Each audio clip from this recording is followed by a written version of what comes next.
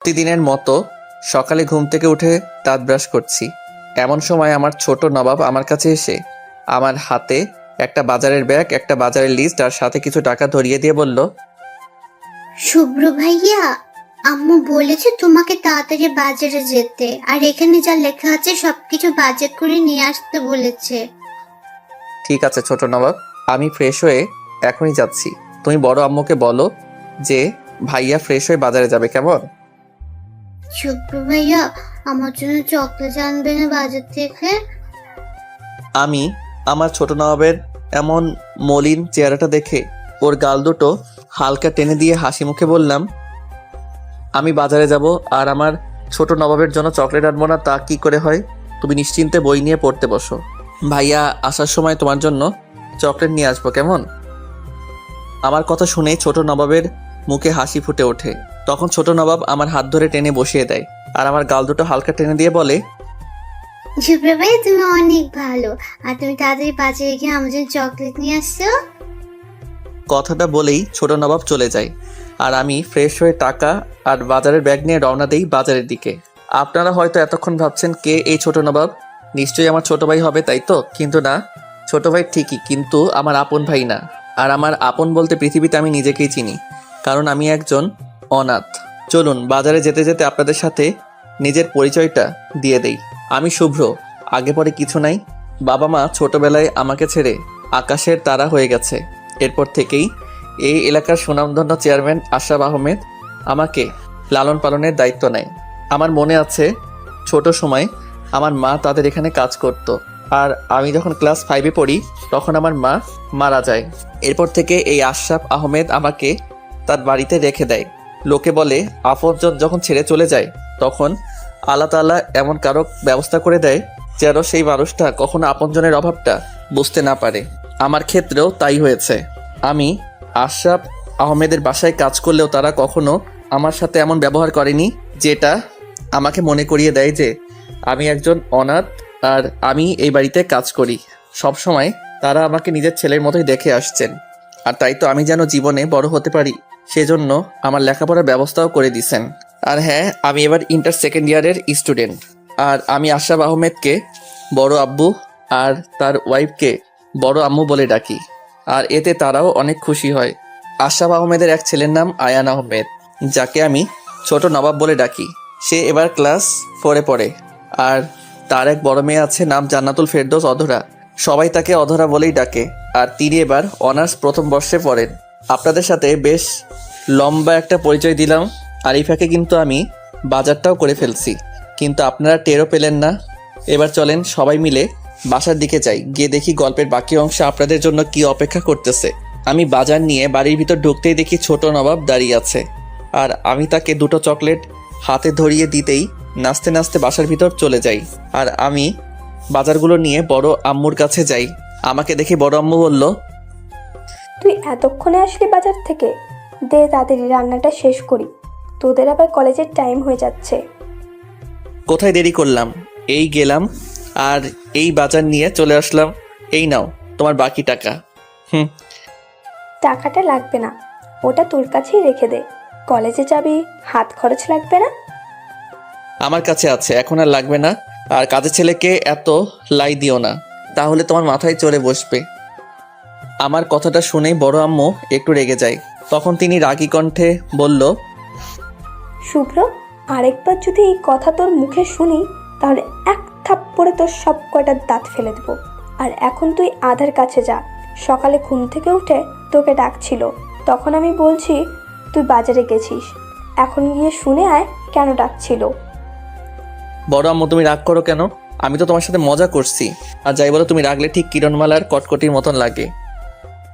ওরে শয়তান পোলা, আমি কটকটি? তুই দাঁড়া এখানে, আমি তোর ব্যবস্থা করছি। বড় আম্মুর কথা শুনেই আমি ওখান থেকে হাওয়া হয়ে যাই, কারণ ওখানে দাঁড়ালেই বিপদ। এখন যাই অধরা ম্যামের রুমে, গিয়ে দেখি ম্যাডাম আমার জন্য কি হুকুম জারি করে রাখছে। আমি অধরা আপুর রুমের সামনে এসে দেখি অধরা আপু মনোযোগ দিয়ে পড়ছে, তাই আমি দরজার সামনে দাঁড়িয়ে বললাম, আপু আসতে পারি?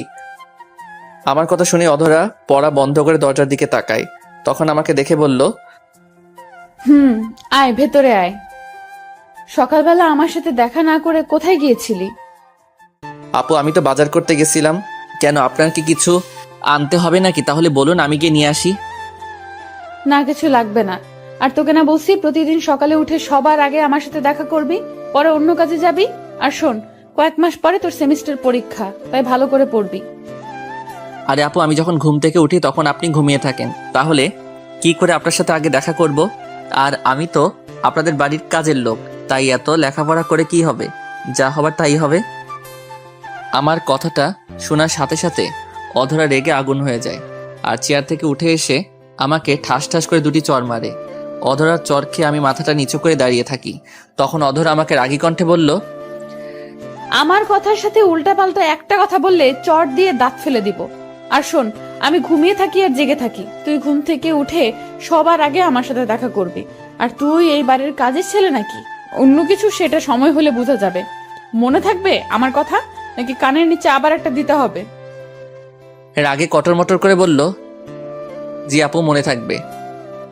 এখন চুপ করে রুমে গিয়ে পড়তে বস, একটু পরে একসাথে কলেজে যাব। আমি আর কথা না বাড়িয়ে চুপচাপ অধরার রুম থেকে বেরিয়ে আসি, কারণ এখন কথা বললেই কথার সাথে মাইট ফ্রিতে পাবো। এই বাড়িতে আমি কাউকে এত ভয় পাই না যতটা অধরাকে পাই, তাই সবসময় চেষ্টা করি তার কাছ থেকে পালিয়ে বেড়াতে। আগে আমার সাথে এমন করতো না, কিন্তু আজ প্রায় 6 মাস হলো মানুষটার আমার সাথে ব্যবহার পাল্টে গেছে। এখন আমার লেখাপড়া, চলাফেরা সব কিছুর কৈফিয়ত তার কাছে দিতে হয়। আর আমার লেখাপড়া নিয়ে অধরা যতটা চিন্তা করে, যদি নিজের লেখাপড়া নিয়ে এতটা চিন্তা করতো তাহলে পরীক্ষায় একসাথে 2টা গোল্ডেন A+ পাইতো। কিন্তু কে শুনে কার কথা? আমি নাকি রেজাল্ট খারাপ করলে তার অনেক বড় লস হয়ে যাবে, তাই আমার উপর তার এই অত্যাচার। তারপর আমি রুমে এসে কিছুক্ষণ মনোযোগ দিয়ে লেখাপড়া করি। কিছুক্ষণ পরে আমার ছোট নবাব এসে বলে যায় খাবার খাওয়ার জন্য, আর তাই আমি কলেজের জন্য একেবারে রেডি হয়ে চলে যাই খাবার খেতে। তারপর আমি সবার সাথে বসে খাবার খেয়ে নেই। পরে আমি আর অধরা আপু কলেজের উদ্দেশ্যে বেরিয়ে পড়ি। আমাদের বাসা থেকে কলেজ বেশি দূরে না, হেঁটে গেলে 20-25 মিনিট সময় লাগে। তাই অধরা আপুর সাথে প্রতিদিন আমাকে হেঁটেই কলেজে যেতে হয়, আর আমাকে এক প্রকার তার গার্ড বলা যায়। আমি আর অধরা আপু হেঁটে হেঁটে কলেজে যাচ্ছি, আর অধরা আপু হাজারটা কথা বলছে, আর আমি শুধু শুনছি আর মাঝে মধ্যে হ্যাঁ আর না এই 2 শব্দে তার কিছু কথার জবাব দিচ্ছি, কারণ বেশি কথা বললেই আবার গাল লাল করে দিবে। আমি আর অধরা আপুর 2 বান্ধবী আমাদের সাথে যোগ দেয়। তাদের আমি আগে থেকে চিনি, একজন হলো শিমলা আপু আর আরেকজন হলো অন্তরা আপু। তারা দুজন আমাদের সাথে যোগ দেওয়ার কিছুক্ষণ পরে হঠাৎ শিমলা আপু আমাকে বলল, শুভ্র, তোমাকে একটা কথা বলি। জি আপু বলেন। শুভ্র, তুমি কিন্তু দিনকে দিন সুন্দর হয়ে যাচ্ছ। তোমাকে দেখতে একদম প্রিন্সের মতো লাগে। কলেজের অনেকে তো তোমার উপর ক্রাশ খায়। শিমলা আপুর কথা শুনে আমি কি উত্তর দিব ভেবে পাচ্ছি না, তাই মাথাটা নিচের দিকে দিয়ে তাদের সাথে হেঁটে যাচ্ছি। তখন পাশ থেকে অন্তরা আপু বলল, একদম ঠিক বলছিস শিমলা। শুভ্রকে দেখে মনে হয় না ও অধরাদের বাড়ির কাছের ছেলে। দেখতে যেমন সুন্দর আর স্মার্ট, আর সাথে নামটাও দারুণ, শুভ্র। ওদের কথা শুনে আমার মুখ দিয়ে কোনো কথাই বের হচ্ছে না। তখন আমি অধরার দিকে তাকাতেই দেখি অধরার ফর্সা মুখটা রাগে লাল হয়ে গেছে। আর তখন অধরা আমাকে বলল, শুভ্র, তুই কলেজে যা, আমি ওদের সাথে আসতেছি। অধরার কথা শুনে পাশে থেকে অন্তরা আপু বলল, কেন অধরা? শুভ্র একা যাবে কেন? আমাদের সাথেই যাক না, একসাথে কথা বলতে বলতে চাই। অন্তরা আপুর কথা শুনে অধরার আপুর রাগটা মনে হয় আর একটু বেড়ে গেল। তখন অধরা বলল, শুভ্র, তোকে না বললাম চলে যেতে, তাহলে এখনো যাস না কেন? তাড়াতাড়ি যা, আমি কলেজে এসে তোর সাথে কথা বলবো। ঠিক আছে আপু, আপনারা সাবধানে আসেন, আমি গেলাম। কথাটা বলে আমি সেখান থেকে একটু দ্রুত হেঁটে চলে আসি, আর অধরা আপু আর তার 2 বান্ধবী মিলে আস্তে আস্তে হেঁটে আসতে থাকে। তখন শিমলা আপু বলল, অধরা, তুই শুভ্রকে চলে যেতে বললি কেন?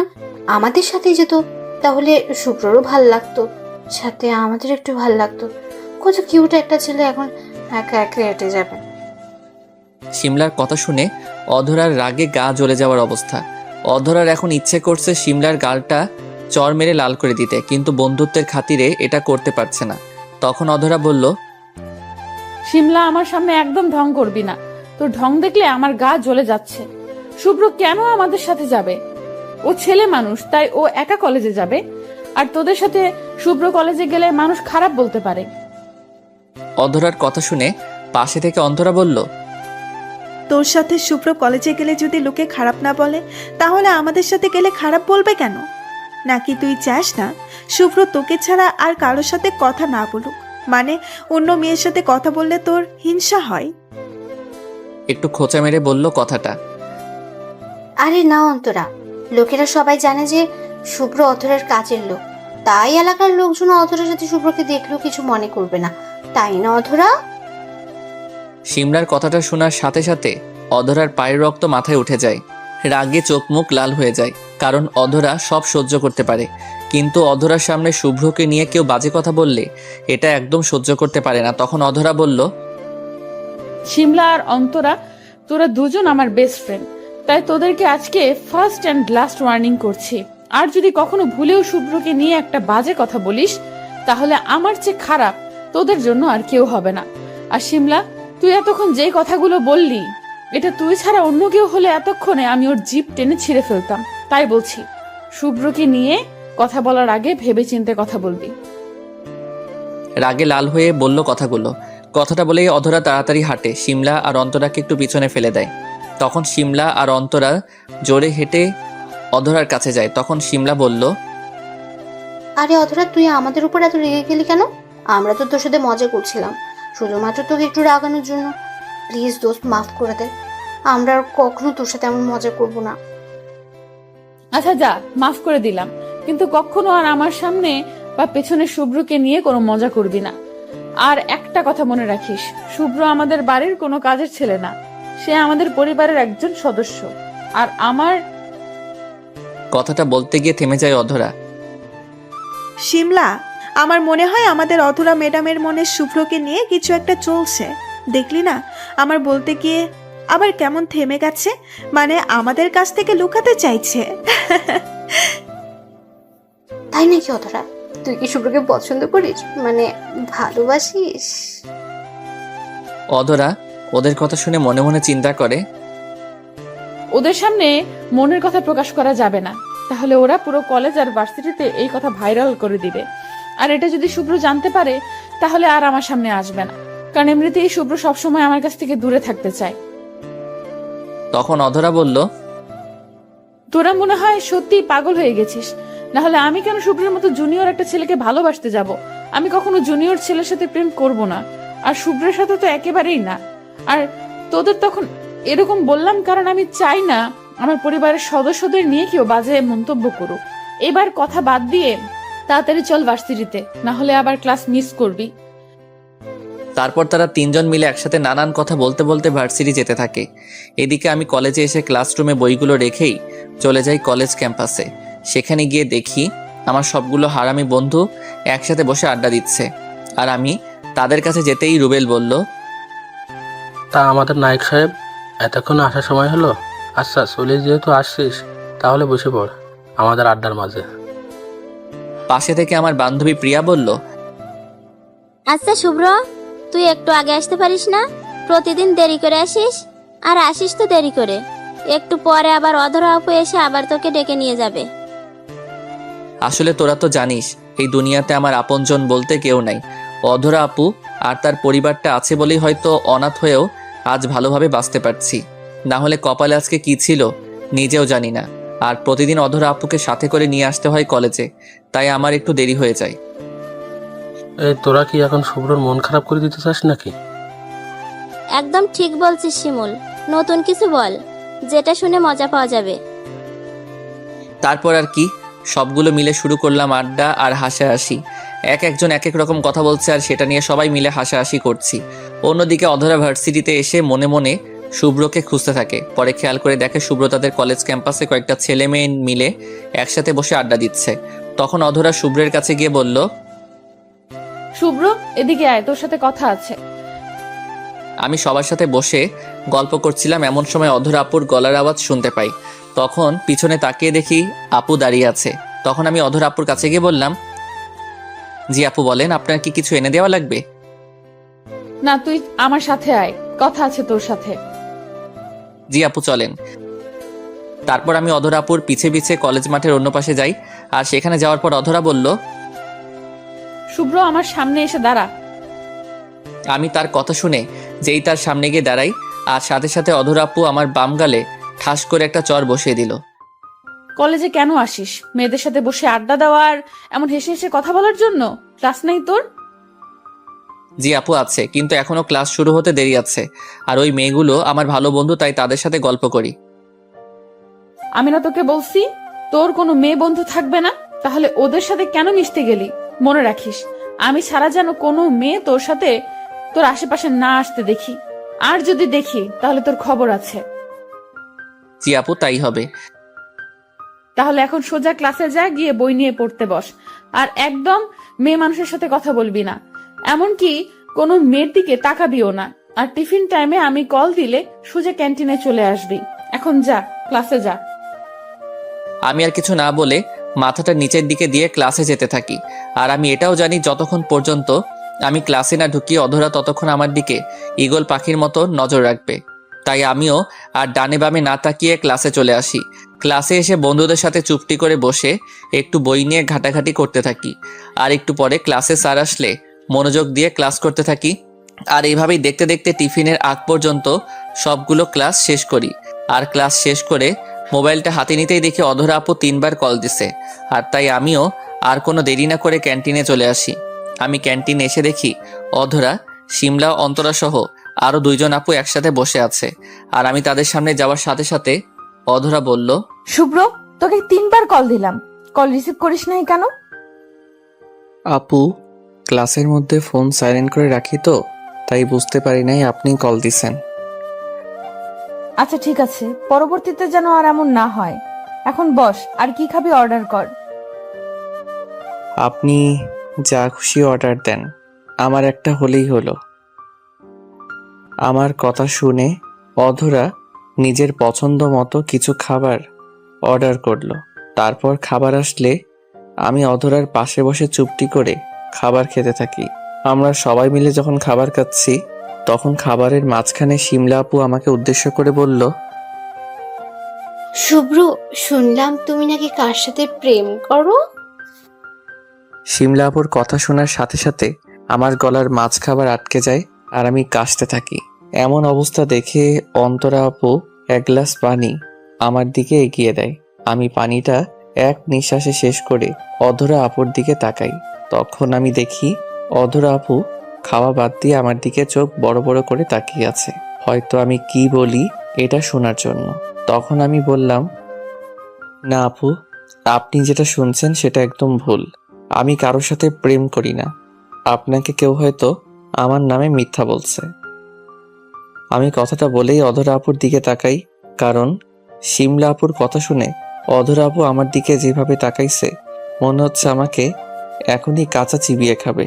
আর আমার কথা শুনেই অধরা আপুর মুখ থেকে রাগের ছাপটা চলে গিয়ে হালকা হাসি ফুটে ওঠে।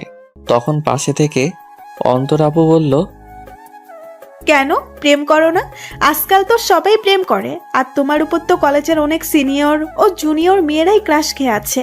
তাদের মাঝখান থেকে একজনকে বেছে নিয়ে একটা প্রেম করেই ফেলো। আমার দিকে তাকিয়ে মুচকি হেসে বলল।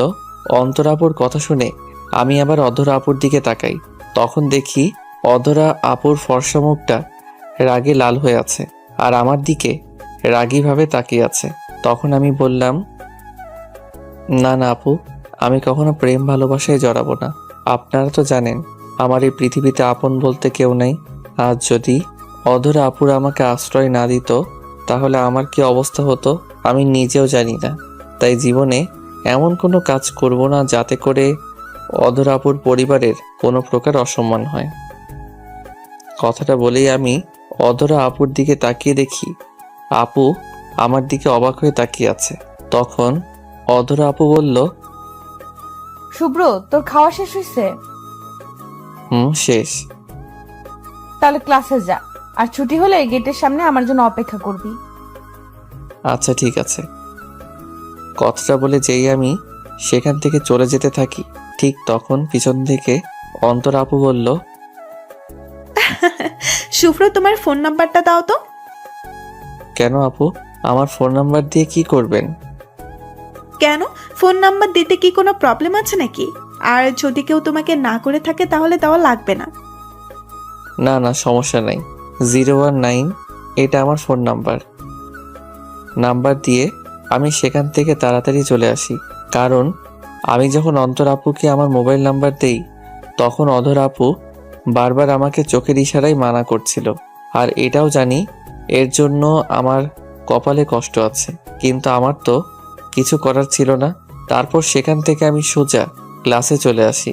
ক্লাসে এসে বন্ধুদের সাথে গল্প করে আর এক এক করে বাকি ক্লাসগুলো শেষ করি। তারপর কলেজ ছুটি হলে আমি কলেজ গেটের সামনে এসে অধরা আপুর জন্য অপেক্ষা করতে থাকি। একটু পরে দেখি অধরা আপু খুব দ্রুত পায়ে হেঁটে আসতেছে আর আমার কাছে এসে বলল, তাড়াতাড়ি একটা রিক্সা ডাক। আজকে কি রিক্সা করে বাসায় যাবেন? কুত্তা, বেশি কথা না বলে তোকে যা করতে বলছিস সেটা কর। অধরা আপুর এমন রাগ দেখে আমি আর ভয়ে ওনাকে কিছু জিজ্ঞাসা করি নাই। তখন তাড়াতাড়ি করে একটা রিক্সা ডেকে এনে আমি বললাম, এই যে আপু, রিক্সা এসে গেছে, আপনি এখন যান। অধরা আপু রিক্সায় উঠে বসলে আমি সেখান থেকে হেঁটে চলে যেতে থাকি। তখন অধরা বলল, ওই তুই কোথায় যাস? আপু আপনি রিক্সা নিয়ে চলে যান, আমি হেঁটে চলে আসব। তোর হেঁটে যাওয়া লাগবে না, রিক্সায় ওঠ, একসাথে যাব।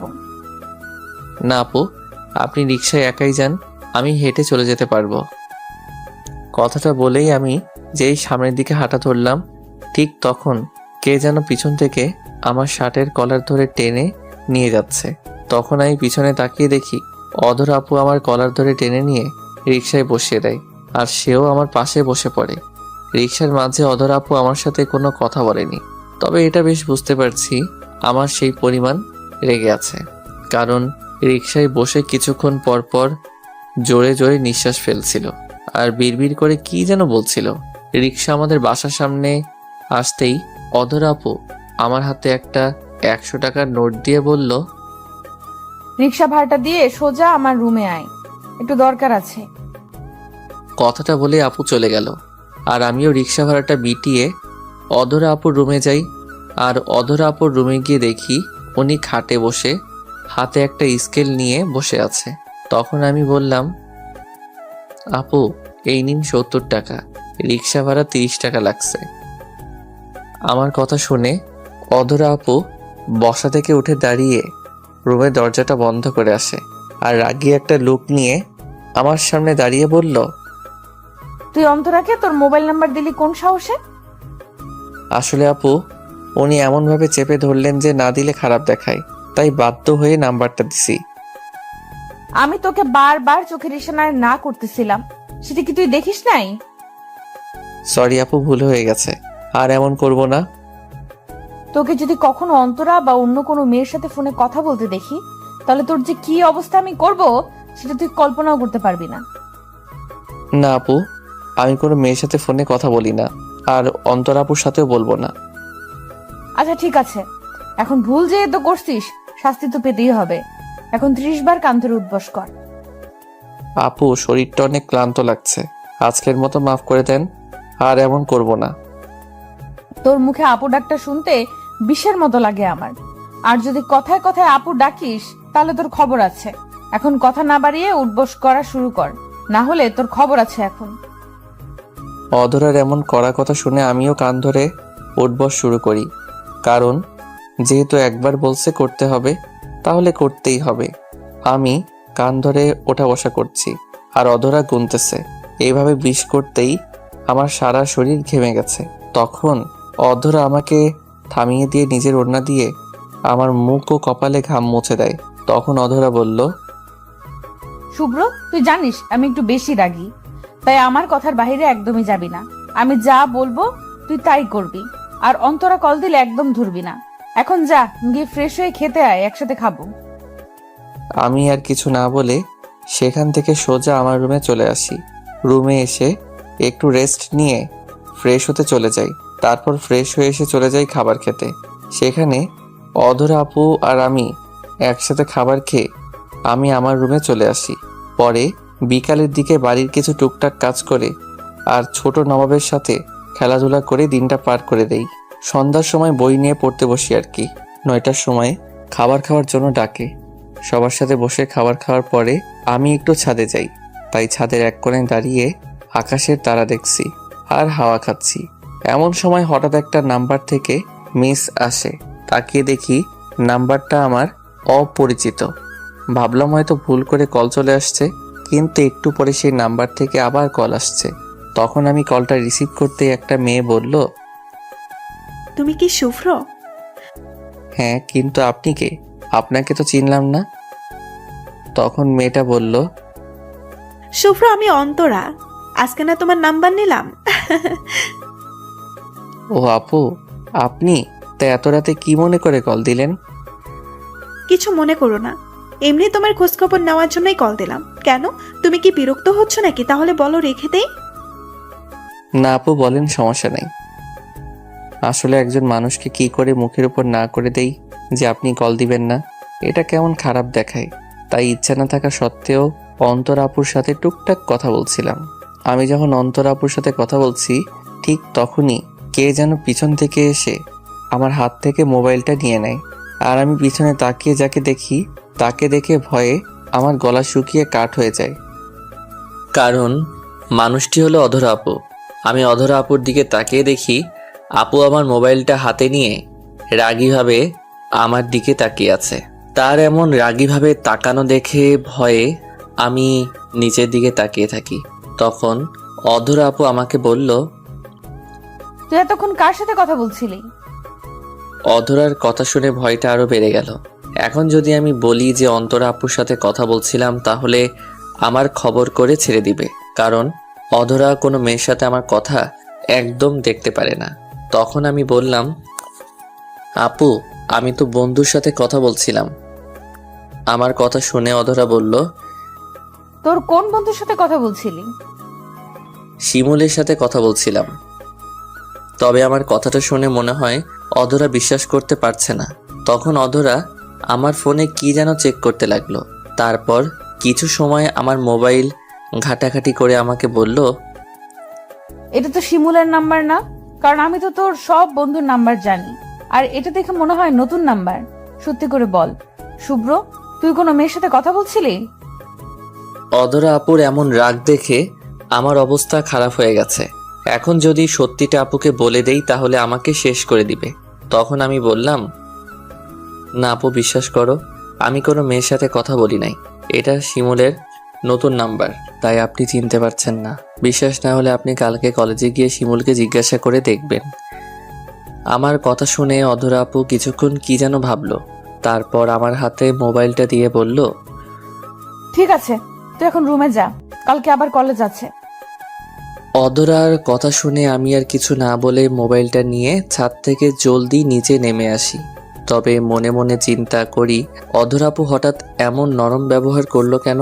তার মনে মনে কি চলছে ঠিক বুঝতে পারছি না। তবে তার হাত থেকে নিজেকে বাঁচানোর জন্য সাথে সাথে শিমুলকে কল দিয়ে বলি, যদি অধরা আপুকে তাকে কল দেয়, সে যেন বলে আমি ওর সাথে কথা বলছিলাম আর ওই নাম্বারটা ওরই ছিল। তারপর সেখান থেকে নিজের রুমে এসে আরও কিছুক্ষণ লেখাপড়া করে ঘুমিয়ে পড়ি। তবে মনে মনে শুধু একটা ভয়ই কাজ করছিল, অধরা আপু যেন সত্যিটা জানতে না পারে। পরের দিন সকালে ঘুম থেকে উঠে প্রথমে অধরা আপুর সাথেই দেখা করি, কারণ সে বলছে ঘুম থেকে উঠে সবার আগে যেন তার সাথেই দেখা করি। তারপর বাসার কিছু প্রয়োজনীয় টুকটাক কাজ করি। কাজ শেষ করে সবাই মিলে একসাথে নাস্তা করি। নাস্তা শেষ হলে আমি আর অধরা আপু কলেজে যাওয়ার জন্য বেরিয়ে পড়ি। তবে আজ কলেজে যাওয়ার সময় অধরা আপু আমার সাথে তেমন কোনো কথা বলছে না। যখনই তার মুখের দিকে তাকাই, তখনই মনে হয় অধরা মনে মনে কিছু একটা ভাবছে। আর আমিও ভয়ে তাকে কিছু জিজ্ঞাসা করিনি, কারণ কখন আবার রেগে যায় কে জানে। আজ আমি আর অধরা আপু দুজনেই কলেজে আসি। রাস্তায় আপুর বান্ধবীদের সাথে দেখা হয়নি, আর আমিও মনে মনে এই দোয়াটাই করছিলাম যেন তাদের সাথে দেখা না হয়। কারণ বলা তো যায় না, যদি দেখা হলে সত্যিটা বেরিয়ে আসে। তারপর আমি আর অধরা আপু কলেজে আসলে অধরা বলল, শুভ্র, সোজা ক্লাসে যাবি, বাইরে এসে যেন তোকে মেয়ের সাথে আড্ডা দিতে না দেখি। আচ্ছা ঠিক আছে, আর প্রয়োজন পড়লে কল দিয়েন। কথাটা বলেই আমি সোজা আমার ক্লাসে চলে যাই। অন্যদিকে অধরা আপুও তার ক্লাসে চলে যায়। আমি ক্লাসে গিয়ে দেখি আমার সব বন্ধুরা মিলে একসাথে ক্লাসে গল্প করছে। তখন আমিও তাদের সাথে গল্পে যোগ দেই। তখন আমাকে দেখে শিমুল বলল, শুভ্র, যদি কাল রাতে কল না দিতি তাহলে আজকে ধরা খেয়ে যেতি। কেন? অধরা আপু কি তোর কাছে কল দিছিল? তোর সাথে কথা বলার একটু পরেই আপু আমাকে কল দিয়ে জিজ্ঞেস করেছে তুই কি আমার সাথে কথা বলছিলি নাকি। তখন আমি বলেছি হ্যাঁ, শুভ্র আমার সাথে কথা বলছিল। সুন্দর করে বলছিস তো, নাকি আপু আবার বুঝে যাবে? আরে বেটা, অধরা আপু জীবনে বুঝতে পারবে না যে আমি তাকে মিথ্যে বলেছি। আর তুই তো জানিস আমি মিথ্যায় নোবেল পাইছি। না বুঝতে পারলেই ভালো। যদি বুঝে যায় তাহলে আমার সাথে তোরও বিপদ আছে, মনে রাখিস। তারপর আমরা ক্লাসের মাঝে বসে সবাই মিলে গল্প করতে থাকি বিভিন্ন বিষয় নিয়ে। আর একটু পরে ক্লাসে স্যার আসলে আমি ক্লাসে মনোযোগ দিই। অন্যদিকে অধরা রাতে শুভ্র কার সাথে কথা বলছে এটা জানার জন্য অস্থির হয়ে আছে, কারণ অধরার কেন জানি বিশ্বাস হচ্ছে না শুভ্র তার বন্ধু শিমুলের সাথে কথা বলছে।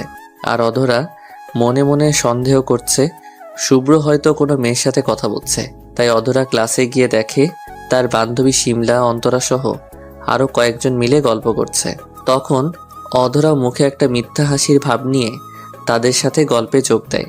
তারা যখন সবাই মিলে গল্পে ব্যস্ত তখন অধরা বলল, কিরে অন্তরা, তুই নতুন নাম্বার নিলি অথচ আমাকে তোর নাম্বার দিলি না?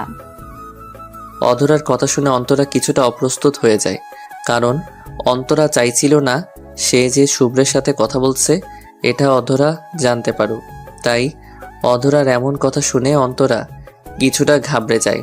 তখন অন্তরা বলল, না মানে তোকে নাম্বারটা দিতে ভুলে গেছি, কালকেই সিমটা নতুন নিচ্ছি। অন্তরার কথাটা শুনেই অধরা বুঝে যায় কাল রাতে শুভ্র অন্তরার সাথেই কথা বলছিল আর তার সাথে মিথ্যা কথা বলছে। এটা ভাবতেই অধরার রাগে গা জ্বলে যাচ্ছে। তখন অধরা নিজের রাগটাকে আড়াল করে বলল, তা তুই আমাকে আগে কল না দিয়ে কল দিলি শুভ্রকে। আমার থেকে কি শুভ্র তোর কাছে বেশি হয়ে গেল? সত্যটা বের করতে মিথ্যা চাল দিল অধরা। অধরার কথা শুনে অন্তরা মনে করে শুভ্র হয়তো অধরাকে বলে দিছে যে আমি তাকে রাতে কল দিছিলাম। তখন অন্তরা বলল, আসলে অধরা এই নাম্বারটা দিয়ে শুভ্রের সাথে একটু মজা করতে চাইছিলাম, তার জন্য রাতে ওকে এই নাম্বার দিয়ে কল দিছিলাম। কিন্তু শুভ্র কেমন যেন কথাই বলতে চায় না। তুই একটু বলিস তো, যেন কল দিলে একটু ভালোভাবে কথা বলে। অন্তরার কথা শুনে পাশে থেকে শিমলা বলল, অধরা, আমাদের অন্তরা মনে হয় তোদের শুভ্রের প্রেমে পড়ে গেছে, তাই না অন্তরা? যদি প্রেমে পড়িস তাহলে অধরাকে বল তোকে ম্যানেজ করে দেবে, আর তুই না করলে আমাকে দিয়ে দে। আমি একটা চান্স নিয়ে দেখি, শুভ্রকে দেখলে মনের ভেতর কেমন কেমন প্রেম জাগে। শিমলার কথাটা শুনেই অন্তরা কিছুটা লজ্জা পায়, কারণ অন্তরা মনে মনে শুভ্রকে পছন্দ করে, বলতে পারে না ভালোবাসে, কিন্তু এখনও শুভ্রের সামনে প্রকাশ করেনি অধরার ভয়ে। তখন অন্তরা বলল, ধর, আমি কেন শুভ্রে প্রেমে পড়তে যাব? এমনি ওকে একটু কল দিচ্ছিলাম কথা বলার জন্য, আর শুভ্রকে তো অনেকেই পছন্দ করে, তাহলে তাহলে আমি করলে দোষ কোথায়? শুভ্রের সাথে কথা বলতে ভালোই লাগে, তাই একটু কল দিচ্ছিলাম। অন্তরার কথাটা শুনে অধরা রেগে আগুন হয়ে যায়, কারণ অধরা কখনো চায় না শুভ্রের সাথে কোনো মেয়ে যোগাযোগ করুক, কারণ অধরা নিজে শুভ্রকে অনেক ভালোবাসে। আর অধরা শুভ্রকে এতটাই ভালোবাসে যে কোনো মেয়ে শুভ্রের দিকে তাকালে তার চোখ তুলে ফেলতে ইচ্ছে করে। অধরার এখন ইচ্ছা করছে অন্তরা যেই মুখ দিয়ে শুভ্রের সাথে কথা বলতে চাইছে সেই মুখটা ভেঙে দিতে। তখন অধরা বলল, এই তোদের লজ্জা করে না ছোট ভাইদের নিয়ে এমন কথা বলতে? শুভ্র তোদের জুনিয়র, সেই হিসেবে শুভ্র তোদের ছোট ভাই হয়। এইসব পছন্দ অপছন্দ আর প্রেম ভালোবাসা মাথা থেকে সরা। আর যদি প্রেম করতে হয় তাহলে বড়দের সাথে কর। আর অন্তরা, তুই শুভ্রকে কল দিয়ে একদম বিরক্ত করবি না, কারণ সামনে ওর পরীক্ষা। কথাটা বলে অধরা ক্লাস থেকে বেরিয়ে যায় আর মনে মনে শুভ্রকে খুঁজতে থাকে। অধরা শুভ্রের উপর এতটাই রেগে আছে যে ওকে আজ কি করবে সেটা নিজেও জানে না। এদিকে আমি একটা ক্লাস শেষ করে আমাদের কলেজ ক্যাম্পাসের এক কোনায় দাঁড়িয়ে বন্ধুদের সাথে গল্প করছিলাম। গল্প করার মাঝেই হঠাৎ কোথা থেকে যেন অধরা আপু এসেই আমার বন্ধু শিমুলকে ঠাস ঠাস করে 2টা চড় মারে। আর অধরা আপুর এমন চড় খেয়ে শিমুল বোকার মতো গালে হাত দিয়ে দাঁড়িয়ে থাকে। তখন অধরা বলল, তোদের সাহস হলো কি করে আমাকে মিথ্যা বলার?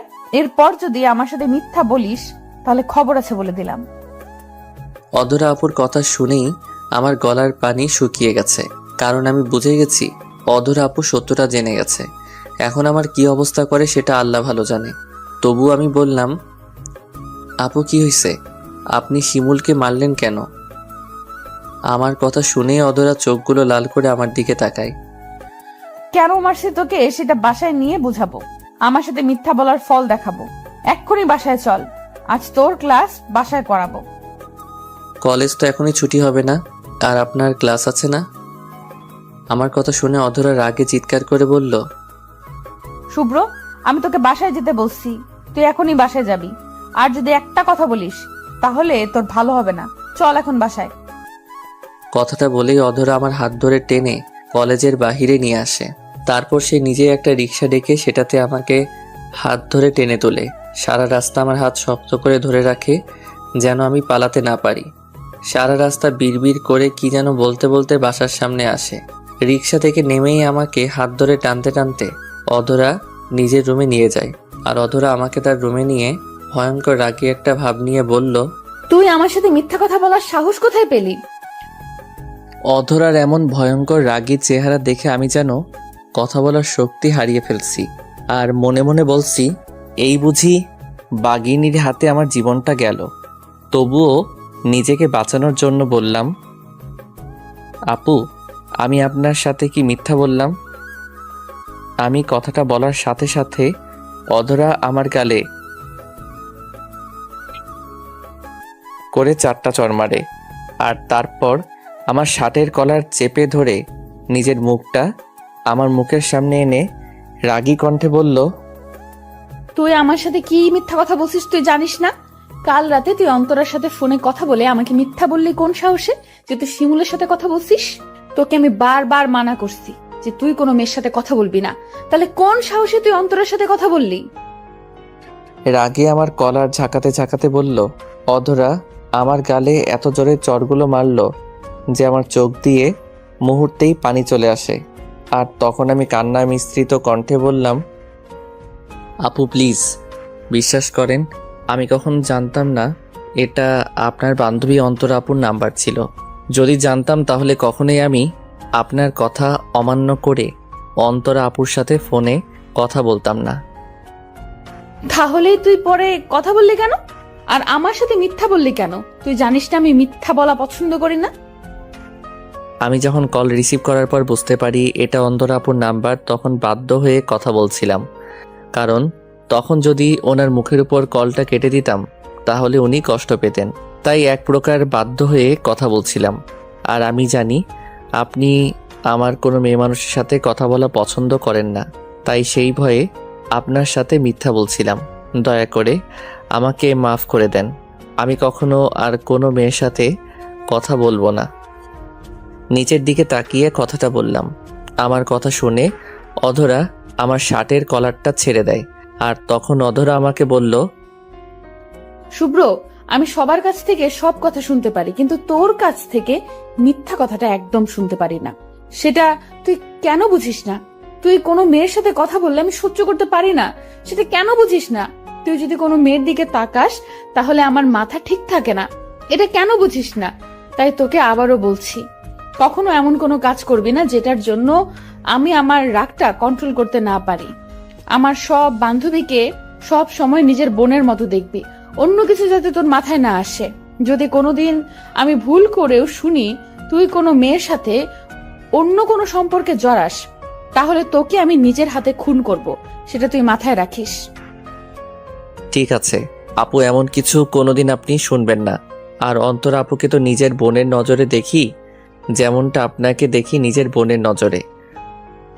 কথাটা বলে মনে হয় আমি কোনো বড় ধরনের ভুল করে ফেলছি। কারণ কথাটা বলার সাথে সাথে অধরা হাত দিয়ে আমার মুখটা টিপে ধরে আর নিজের মুখটা আমার মুখের সামনে এনে গম্ভীর কণ্ঠে বলল, আমি তো নিজের বোন মানে আমি কি তোর মায়ের পেটের বোন নাকি যে তুই আমাকে নিজের বোন মনে করিস? এসব আবাল মার্কা কথা যদি আরেকবার আমার সামনে বলিস তাহলে মেরে তোর মুখ ভেঙে দিব, কুত্তা কোথাকার। আজ থেকে পৃথিবীর সব মেয়ে তোর নিজের মায়ের পেটের বোন, শুধু আমি ছাড়া। সবাইকে আপু বলে ডাকবি, কিন্তু আমাকে আপু ডাকবি না, বুঝলি? অধরার কথা শুনে আমি মুহূর্তেই বোকা বনে যাই। এই মেয়ে বলে কি পৃথিবীর সবাই নাকি আমার মায়ের পেটের বোন, শুধু উনি ছাড়া। সবাইকে আপু ডাকলেও তাকে আপু ডাকা যাবে না। তাহলে তাকে কি বলে ডাকবো?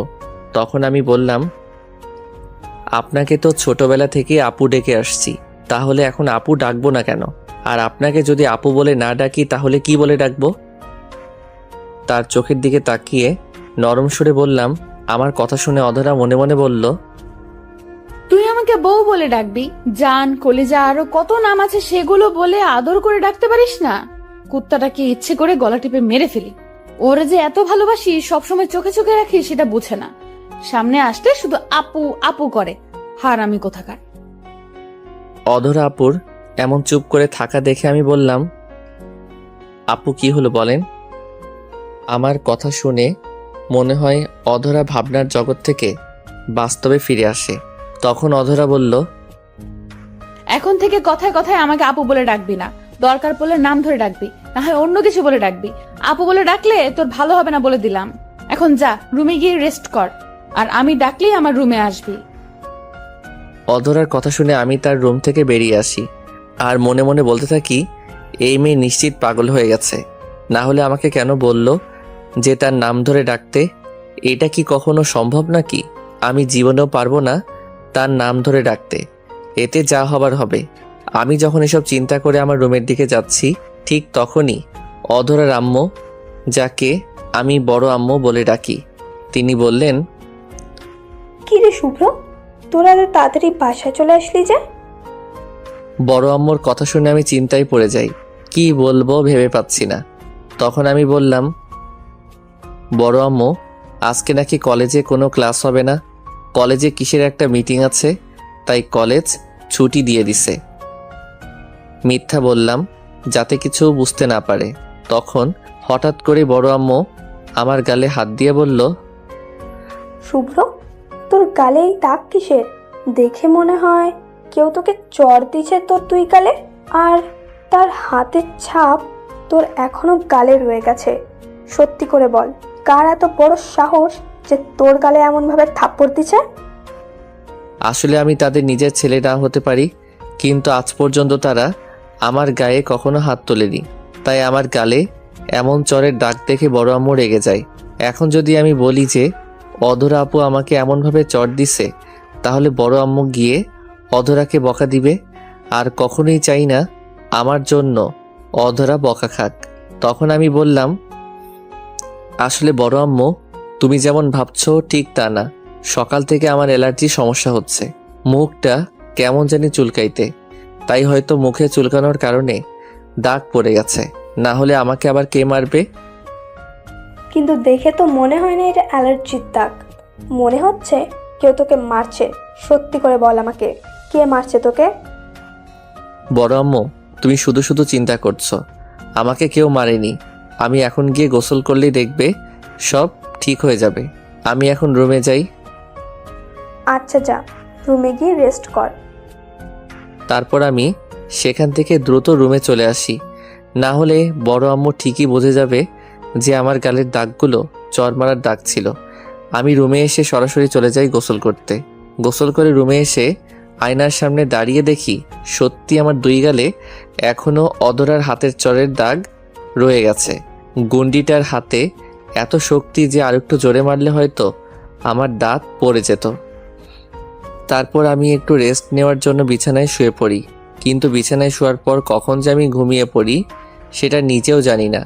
আমি যখন গভীর ঘুমে মগ্ন, তখন হঠাৎ ঘুমের মাঝে আমি অনুভব করি কে যেন আমার গালে নরম হাতের কোমল স্পর্শ দিয়ে আমার গালে হাত বুলিয়ে দিচ্ছে। এটাকে আমি এতটা আমলে না নিয়ে আবার ঘুমানোর চেষ্টা করি, কিন্তু না, আস্তে আস্তে সেই নরম হাতের ছোঁয়াটা যেন আরও বাড়তে লাগলো। আমার গালে হাত বুলিয়ে দিচ্ছে, আমার চুলে আস্তে আস্তে বিলি কেটে দিচ্ছে, আর এতক্ষণে আমার ঘুমটা ভেঙে যায়। আমি যখন চোখ খুলি দেখার জন্য সেই মানুষটাকে, যে কে আমার এত যত্ন করে আদর দিচ্ছে, আর চোখটা খুলে আমি যাকে দেখলাম তাকে দেখে আমি অবাক হয়ে যাই। কারণ সেই মানুষটি হলো অধরা আপু। অধরা আপুকে দেখেই আমি তাড়াতাড়ি শোয়া থেকে উঠে বসি। তখন অধরা বলল, কিরে উঠে পড়লি কেন? শুয়ে থাক, আমি তোর মাথায় হাত বুলিয়ে দিচ্ছি। অধরার কথা শুনে আমি মনে মনে বলতে থাকি, অধরা আপুর আবার কি হলো? কিছুক্ষণ আগেই তো মেরে আমার গাল লাল করে দিছে। এত আদর দেখাচ্ছে কেন? সত্যি মেয়ে মানুষের মন বোঝা অনেক কঠিন। তারা কখন কি করে নিজেরাও জানে না। আমি যখন চুপ করে বসে মনে মনে এসব ভাবছিলাম, তখন আমার এই চুপ থাকা দেখে অধরা আপু বলল, কিরে শুভ্র, এমন চুপ করে কি ভাবছিস? শুয়ে পড় এখানে। অধরা আপুর কথা শুনে আমি বললাম, আপু আপনার মাথা ঠিক আছে তো? আমি কথাটা বলার সাথে সাথে অধরা আমাকে 2টা চর মারে, কিন্তু চরগুলো খুব জোরে দেই নাই। তখন আমি গালে হাত দিয়ে বললাম, ও এখন আবার কেন মারলেন? আমি তো কিছু করি নাই। তুই এখন আমাকে আপু ডাকলি কোন সাহসে? তোকে না মানা করলাম আমাকে আপু না ডাকতে, তাহলে ডাকলি কেন? আচ্ছা আপনি সত্যি করে বলেন তো আপনার কি হয়েছে? মাথা ঠিকঠাক আছে তো? তাহলে তুই কি বলতে চাচ্ছিস আমি পাগল? না না, আমি ঠিক তা বলিনি। আপনি পাগল কেন হতে যাবেন? আসলে সকালে আপনি নিজের হাতে মেরে আমার গাল লাল করে দিয়েছেন, যেটার ব্যথা এখনো গালে লেগে আছে। আবার এখন নিজেই এসে আমার ঘুমের মধ্যে মাথায় হাত বুলিয়ে দিচ্ছেন, আদর করছেন। আর সবথেকে বড় কথা, আপনি আমার থেকে গুণে গুণে 2 বছরের বড়। তাহলে আমি কি করে আপনাকে নাম ধরে ডাকি সেটা আপনি নিজেই বলেন। তাই জন্য বললাম আপনার মাথা ঠিক আছে কিনা। অধরার চোখের দিকে তাকিয়ে কথাগুলো বললাম। আমার কথা শুনে অধরা বসা থেকে উঠে আমার কাছে, তারপর তার কোমল হাত দুটো আমার গালের কাছে নিয়ে আসে। তখনই আমি তার কাছ থেকে একটু দূরে সরে যাই, কারণ আমি ভাবছি অধরা হয়তো আমাকে আবার চড় দিবে। তাই আমি একটু দূরে সরে যাই যাতে চড় দিতে না পারে, কারণ সকালের চড় খেয়েই আমার চাপার দাঁত নড়ে গেছে। আমি যখন অধরার কাছ থেকে দূরে সরে যাই, তখন অধরা আমার দিকে চোখ লাল করে তাকায় আর আমাকে ওর কাছে আসতে বলে, কিন্তু আমি ভয়ে তার কাছে না যাওয়াতে অধরা নিজেই আবার আমার কাছে আসে। অধরা আমার কাছে এসে ওর হাতগুলো দিয়ে খুব আলতোভাবে আমার 2 গালে হাত রাখে আর আমার চোখের দিকে তাকিয়ে অধরা বলল, শুভ্র, সকালের চরগুলো খুব জোরে লাগছে তাই না রে? আরে না, ওটা তেমন কোনো বিষয় না। আর আমি অন্যায় করলে আপনি আমায় শাসন করবেন, এটাই তো স্বাভাবিক। এটা নিয়ে আপনি মন খারাপ করবেন না।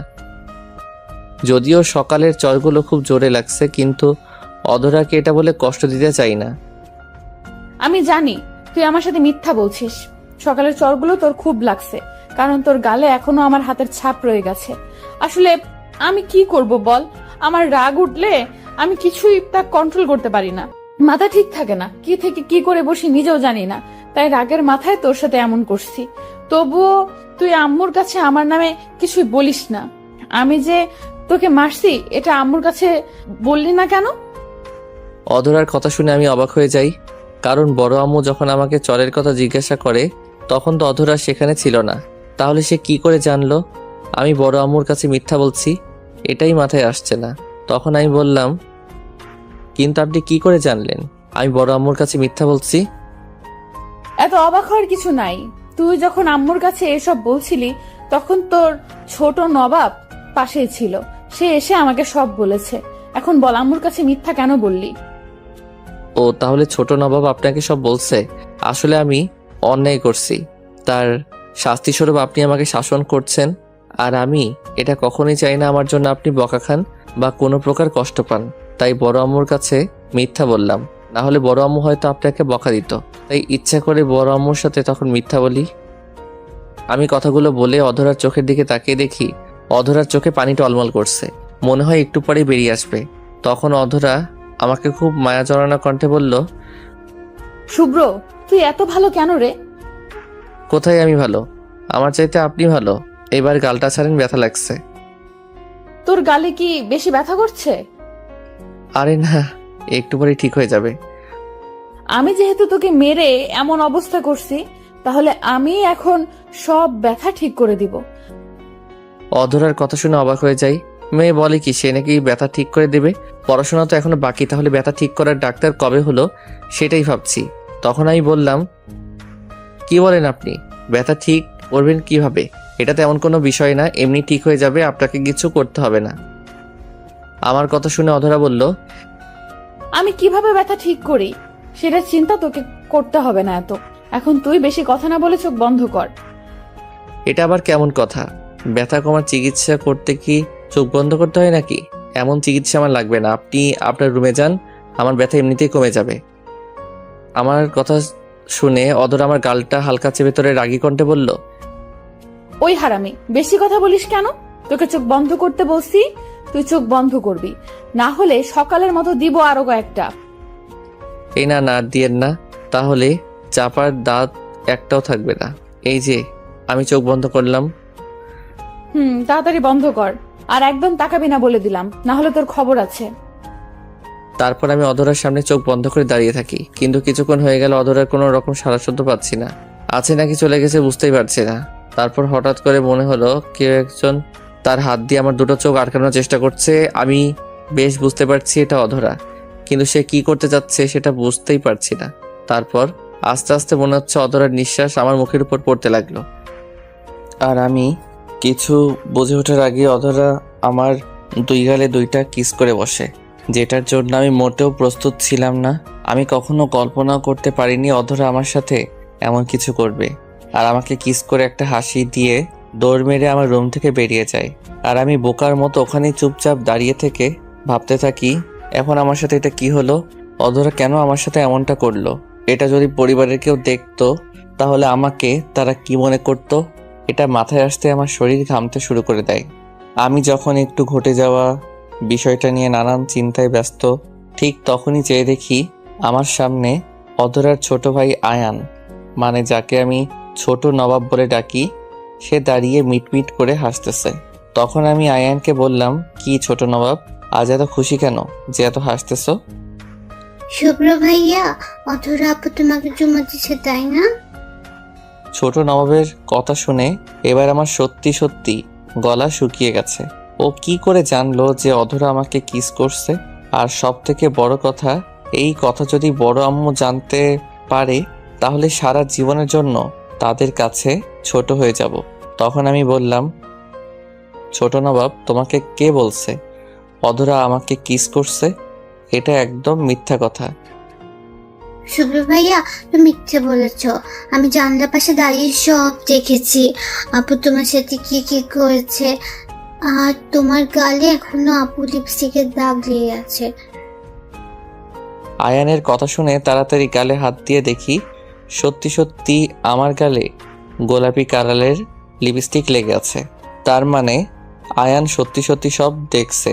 তখন আয়ানকে বোঝানোর জন্য বললাম, আসলে ছোট নবাব, অধরা আপু আমার সাথে দুষ্টুমি করে এমন করছে, বুঝছো? তুমি এটা আবার কাউকে বলো না কেমন? আমি তোমার জন্য বাজার থেকে কিটক্যাট চকলেট নিয়ে আসবো। আচ্ছা বলবো না, তবে অনেকগুলো আনতে হবে কিন্তু। আচ্ছা যাও, তোমার জন্য অনেকগুলো চকলেট আনবো। আমার কথা শুনে ছোট নবাব খুশি হয়ে চলে যায়, আর আমি মনে মনে চিন্তা করি এখন থেকে যতটুকু সম্ভব অধরার কাছ থেকে দূরে থাকবো, কারণ দিনকে দিন অধরার আমার সাথে করা আচরণগুলো বেশ অন্যরকম লাগে, যা পরিবারের কেউ দেখলে অন্য কিছু ভাবতে পারে। পরে আমি সেখান থেকে বাইরে চলে যাই। বাইরে গিয়ে বাসার কিছু টুকটাক কাজ করি। এইভাবে সারাদিন বাসার কাজ আর ছোট নবাবের সাথে খেলা করেই সেদিনের মতো দিনটা পার হয়ে যায়। তবে এর মাঝে অধরা কয়েকবার তার কাছে ডাকে, কিন্তু আমি অন্য কাজের বাহানা দেখিয়ে চলে আসি। আর এইভাবেই দেখতে দেখতে বেশ কয়েকটা দিন চলে যায়। এখন আমি খুব বেশি প্রয়োজন ছাড়া অধরা আপুর কাছে যাই না। তার কাছ থেকে নির্দিষ্ট একটা দূরত্ব বজায় রেখে চলি, যেটা অধরা বেশ ভালো করে বুঝতে পারছে। তাই আমি যত তার থেকে দূরে থাকি অধরা তত আমার কাছে আসতে চাই। এখন কলেজে গেলে আগের চাইতে আরও বেশি নজর রাখে আমার উপর। আজ কলেজে যাওয়ার জন্য আমি আর অধরা বাসা থেকে বের হই। মাঝ রাস্তায় এসে হঠাৎ অধরা থেমে যায় আর আমাকে বলে, শুভ্র, তুই ইদানিং আমাকে বেশ এড়িয়ে চলছিস। কোথায় এড়িয়ে চলছি? সব সময় তো আপনার আশেপাশেই থাকি। তুই কি ভাবিস আমি কিছু বুঝি না? আগের মতো তুই আমার সাথে কথা বলিস না। আমি 10টা প্রশ্ন করলে তুই তুই একটা প্রশ্নের উত্তর দিস, আমি তোকে ডাকলে তুই অন্য কাজের বাহানা দিয়ে চলে যাস। এগুলো কেন করছিস আমার সাথে? তোর এমন ব্যবহার যে আমাকে খুব কষ্ট দেয়। আমি ঠিক মতো খেতে পারি না, ঘুমাতে পারি না। বল কেন আমার কাছ থেকে দূরে থাকিস তুই? দেখেন আপু, আমি এখন যেটা করছি এটাই ঠিক। এখন আপনি বড় হয়েছেন, আমিও বড় হয়েছি। আপনার সাথে এত মিশা এখন ঠিক না, কারণ এতে মানুষ অন্য কিছু মনে করতে পারে। সেদিন আপনি আমার রুমে এসে আমার সাথে যা যা করছেন, আপনার ভাই তা সব দেখছে। একটাবার চিন্তা করছেন, যদি এটা ছোট নবাবের জায়গায় আপনার আম্মু হতো তাহলে উনি কি মনে করতেন? তাই আমি সিদ্ধান্ত নিছি এখন থেকে সবসময় আপনার কাছ থেকে দূরে থাকবো। আর কিছুদিন পরে আমি এমনিতেও আপনাদের এখান থেকে চলে যাব, তাই শুধু আমার প্রতি মায়া বাড়িয়ে লাভ নাই। আমি কথাগুলো বলার সাথে সাথে অধরা কাঁধ থেকে ব্যাগটা ফেলে দিয়ে কাছে এসে আমার শার্টের কলার চেপে ধরে। তখন অধরা বলল, যা বলছিস খুব বেশি বলে ফেলছিস, আর বলিস না। একটা কথা তুই ভালো করে জেনে রাখ, তোকে আমি সারা জীবন আমার চোখের সামনে দেখতে চাই, আর আমি তোকে সারা জীবন আমার চোখের সামনেই রাখবো। তার জন্য আমার যা করতে হয় তাই করব। আজ থেকে যদি আমার কাছ থেকে দূরে থাকিস বা থাকার চেষ্টা করিস, তাহলে ওই দিন তো তোর রুমে গিয়ে গালে কিস করছি, এবার সবার সামনে তোর ঠোঁটে কিস করব। তখন দেখবি কেমন লাগে। শুভ্র, তুই শুধু আমার, আমি তোকে অন্য কারোর হতে দিব না। আপু আপনি এগুলো কি বলছেন বুঝতে পারছেন? ওই কুত্তা হারামি, তোকে না মানা করছি আমাকে আপু ডাকবি না? এখন থেকে আমাকে নাম ধরে ডাকবি, না হলে তোর খবর আছে বলে দিলাম। এটা সম্ভব না, আমি আপনাকে কখনো নাম ধরে ডাকতে পারবো না। আর আপনি কি শুরু করছেন? আমি তো আপনার ছোট ভাইয়ের মতো। এখন যেটা করছি এটাই ঠিক, আর আমি কেন তোর সাথে এমন করছি তুই খুব ভালোভাবেই বুঝতে পারছিস। না, আমি কিছুই বুঝতেছি না, আর বুঝতে চাইও না। দয়া করে আপনি আমার সাথে এমন করবেন না। আমি কার সাথে কেমন করব সেটা তোকে বলতে হবে না, আর কেন এমন করছি তুই যদি না বুঝিস সমস্যা নাই, খুব তাড়াতাড়ি তোকে বুঝিয়ে দিব। এখন আর কথা না বলে তাড়াতাড়ি কলেজে চল, না হলে ক্লাস মিস হয়ে যাবে। তারপর আমি আর কিছু না বলে অধরার সাথে কলেজে চলে আসি। তবে আমার মাথায় শুধু একটাই চিন্তা, অধরার এই আচরণ যদি বাড়ির মানুষ জানতে পারে তাহলে আমার অবস্থা কি হবে।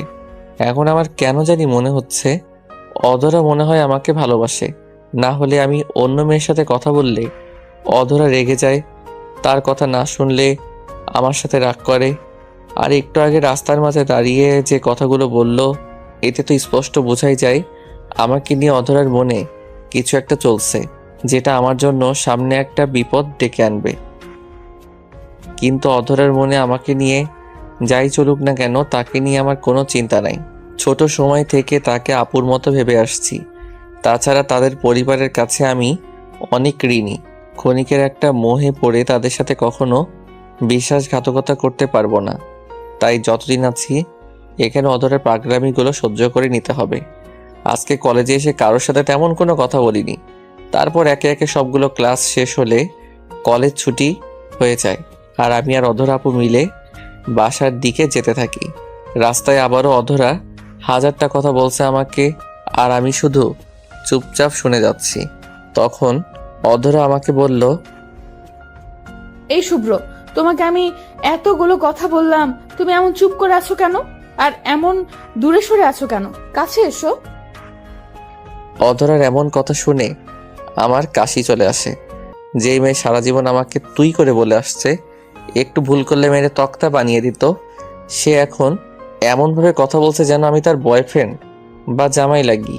তখন আমি বললাম, আপু প্লিজ, আপনি এমনভাবে কথা বলবেন না, আমার বদ হজম হয়।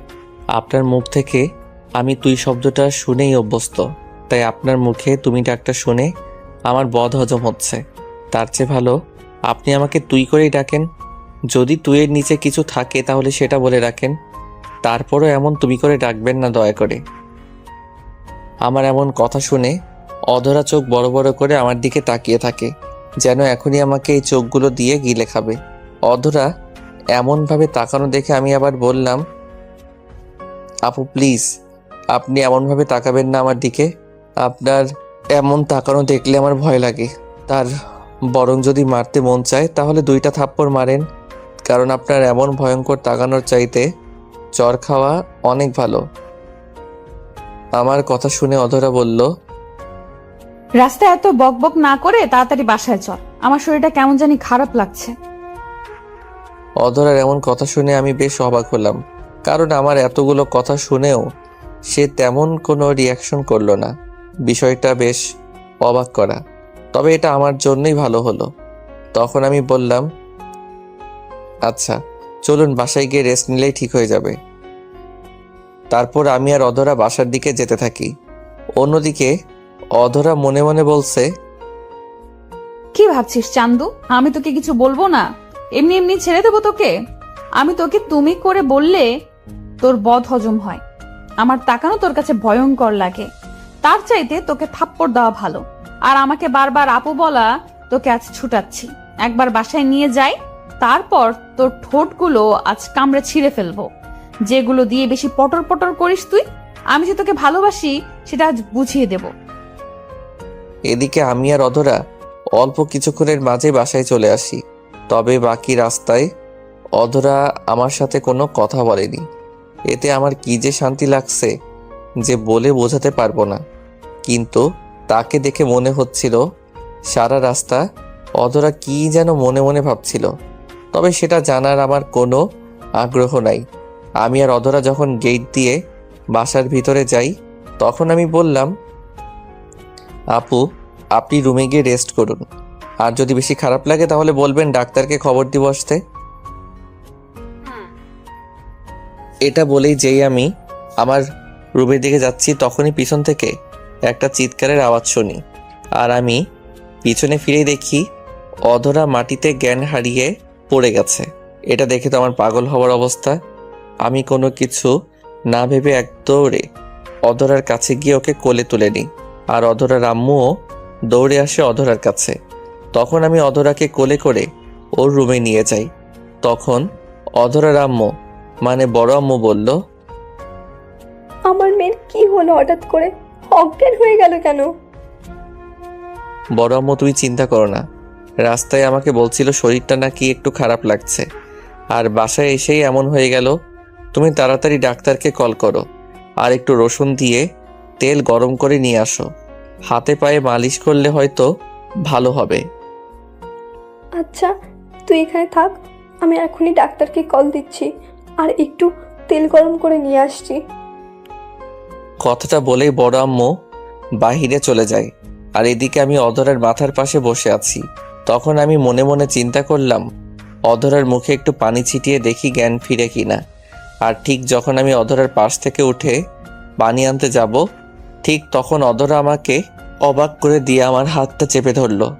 আর আমি পিছনে তাকিয়ে দেখি অধরা আমার হাত ধরে মিট মিট করে হাসতেছে। তখন আমি বললাম, আপু আমার জ্ঞান ফিরছে। আমার কথা শুনে অধরা মুচকি হেসে বলল, আমি আবার জ্ঞান হারালাম কখন যে আমার আবার জ্ঞান ফিরবে? তাহলে একটু আগে যেটা ছিল সেটা কি, আর আপনি কেন এমন করলেন? তোর সাথে আমার কিছু হিসাব আছে, সেই হিসাবটা বরাবর করার জন্য এই নাটকটা করলাম, যাতে তোকে আমার কাছে পাই। কারণ বাড়িতে আসলেই তো তুই আমার কাছ থেকে পালিয়ে বেড়াস, তাই যাতে পালাতে না পারিস এই বুদ্ধি করলাম। কাজটা আপনি একদম ঠিক করেননি। আপনার জন্য বড় আম্মু কত চিন্তা করছে বুঝতে পারছেন? আর আমার সাথে এসব করে কোনো লাভ হবে না। আপনি যেটা চাচ্ছেন সেটা কোনো দিন হবে না। তার চেয়ে বরং ভালো পাগলামি বাদ দেন, আমি গিয়ে বড় আম্মুকে বলে আসি আপনি সুস্থ হয়ে গেছেন, না হলে আবার বড় আম্মু ডাক্তার নিয়ে আসবে। কথাটা বলে যেই বাহিরে যাওয়ার জন্য পা বাড়ালাম, ঠিক তখন অধরা শোয়া থেকে আমার হাত ধরে এত জোরে টান দেয় যে আমি ব্যালেন্স রাখতে না পেরে অধরার বুকের উপর গিয়ে পড়ি। আর আমি অধরার উপর পড়ার সাথে সাথে অধরা আমাকে দুহাত দিয়ে শক্ত করে জড়িয়ে ধরে আমাকে ওর নিচে ফেলে দিয়ে অধরা আমার বুকে চেপে বসে। অধরার এমন কাণ্ড দেখে আমি বললাম, আপু প্লিজ আমাকে ছাড়েন, এটা একদম ঠিক হচ্ছে না। এখন যদি বড় আম্মু এসে ভাবে আমাদের দেখে, তাহলে আমার প্রতি যে তাদের বিশ্বাসটা ছিল সেটা এক মুহূর্তে কাচের মতো ভেঙে টুকরো টুকরো হয়ে যাবে। চুপ করে থাক, আর একটা কথাও তুই বলবি না। আম্মু যদি এখন এসে দেখে তাহলে তোকে কিছু বলার আগে আমি বলবো যে আমি তোকে ভালোবাসি, শুধু আজ থেকে না, অনেক আগে থেকে। কিন্তু সেটা তুই বুঝিস না। আমি তোর যত কাছে যেতে চাই তুই তত আমার কাছ থেকে দূরে চলে যাস। আপু, আপনি এসব কি বলছেন? আমাকে ভালোবাসেন মানে? আমি আপনার ছোট ভাইয়ের মতো, এটা কখনো সম্ভব না। আর আমার উপর থেকে সরুন, না হলে বড় আম্মু এসে দেখে ফেলবে। আমার কথা শুনে অধরা